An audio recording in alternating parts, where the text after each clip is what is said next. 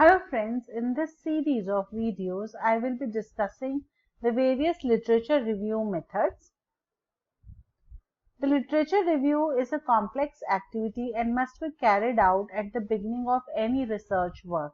Now there are various types of literature review, and by knowing the various types we can decide that what kind of a research paper or a review paper we want to write and what all methodologies and techniques we must make use of in order to get the best results.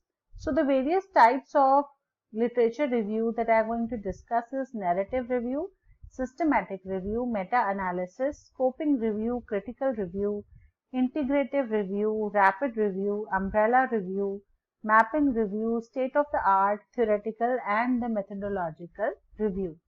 So in the next videos, I'll be discussing one by one each type of review. Stay tuned, watch the videos till the end, share, subscribe and refer to your friends and comment in the comment section that how did you like the video. Thank you very much.